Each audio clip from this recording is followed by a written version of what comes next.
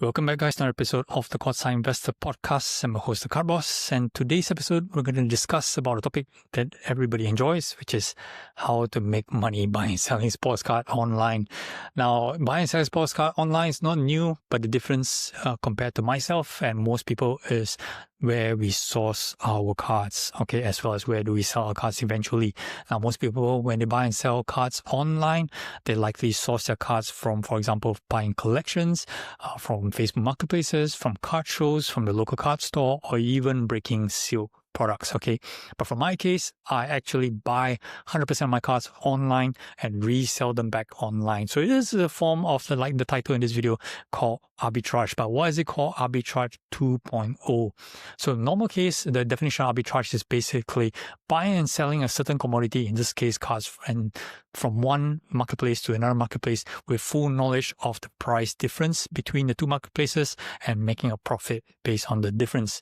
But in my case, because I am buying and then selling via auctions, there is no definite profit difference between the two marketplaces, but there are definitely certain distinct differences between the marketplaces that you can buy and sell your cards that allows you to make some money. And therefore, this is the essence of today's video, which I'm going to share with you guys, and hopefully you guys can get something out of this. If maybe you guys want to try and do what I do to buy and sell 100% online.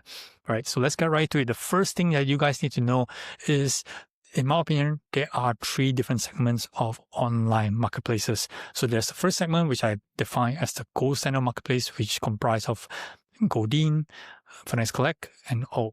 Followed by the second segment, which I call the mass marketplaces, which is eBay and Card Hobby. And finally, there's the third, which is others, that you have all those sorts of other different marketplaces, such as Leland's, 90s Card Auctions, Heritage, Sotheby's, My Card Post, and many others as well. Now, I put these in different baskets because of their characteristics, not because of their size and because of the volume and things like that. Okay, so I'm going to explain to you. So firstly, the gold standard of auction houses is basically what you guys are well aware these days. There's tons and tons of news of these auction houses doing high record sales, showing high record prices, closing good results and things like that. And there is a reason for all of that, which I'm going to share with you guys. Now, followed by the next one, which is the mass marketplace, and that's the name of it, mass, right? That's where most people are. Most eyeballs are, okay, most number of high quantity of inventory are, okay, so that's why it's called mass. And others is basically all the other auction houses that don't fall into these two categories, okay. So now let me explain. When it comes to buying sports cards online, you tend to buy from all these marketplaces. You guys are very familiar. I'm pretty sure some of you guys buy from the different marketplaces, okay?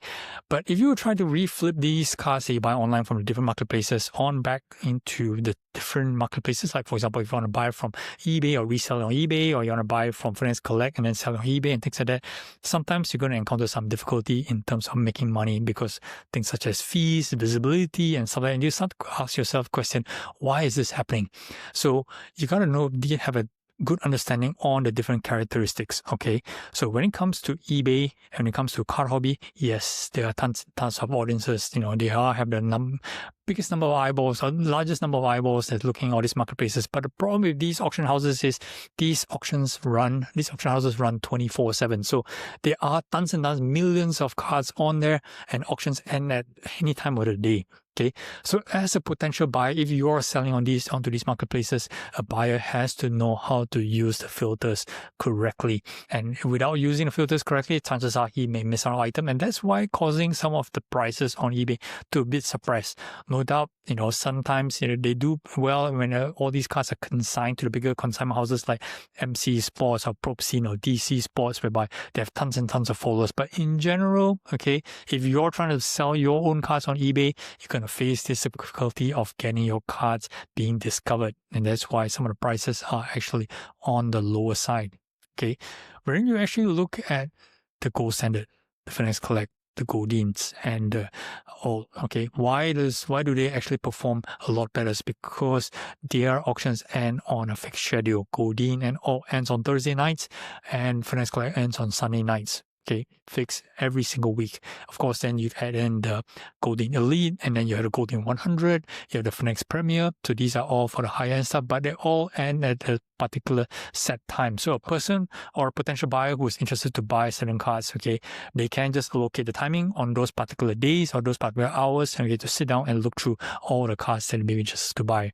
Whereas eBay, sometimes, yes, you can add to your watch list, but it's going to end in certain different times of the day. It's going to end in times when you're at work, in times when you're asleep, okay? Or sometimes, you happen to fall asleep as well. It does happen as well. So that's why the auction prices perform slightly better on the gold standard category. So having known that, how can you make money? So obviously, the answer is right there. Buy from different marketplaces, from the different segments, and resell them back on the gold standard. You start to think to yourself, all right, sounds easy enough, but why am I not making money right now? So you have to understand that, of course, one thing that's in common on all these marketplaces, except maybe my card post, is fees. All right, you gotta know that each of them charges fees. So the key is actually to try to minimize fees when you sell. Obviously, eBay is one of those high fees one, 14 to 16%. So if you have any card that you buy from any other platforms and try to sell on eBay, okay, your chances are you're gonna lose money because of all the reasons I mentioned earlier. Difficult visibility, even though you have most number of eyeballs, if your listing doesn't end on the right time, doesn't have the right information, as well as the high eBay fees, chances are you're not gonna make money, right? Whereas if you're actually listing your cards on Alt, Finesse Collect, on Goldin, okay, you have a higher chance to do better. But of course, the fees are not cheap as well. But of course, they do introduce certain things to help you incentivize for you to minimize those fees, such as the tier system. Now, Finesse Collect has their dealer program. Alt has their color tiers as well, and that will allow you to minimize your fees and it gives you a better chance to make money. But then again, you look to yourself, look, I'm not making the 30, 40% or 25% returns that what I expect to make by selling online. Heads up, you're not going to make those margins at this particular market. Even though prices are going up and up right now, your cost base to acquire these cards are also getting more expensive. So the reasonable expectation for you to make margins is between 7 to 12%, which is something I've been preaching many, many times on this channel. You got to be happy with 7 to 12. Most of the time, it's between 5 to 7. But the key thing is to rinse and repeat. So if you're buying something from eBay, you're buying something from Leland's, or buying something from my card post, okay, and reflipping back onto Finesse Collect and or Goldin, taking into account fees, you gotta be happy with a 5 to 7% return most of the time.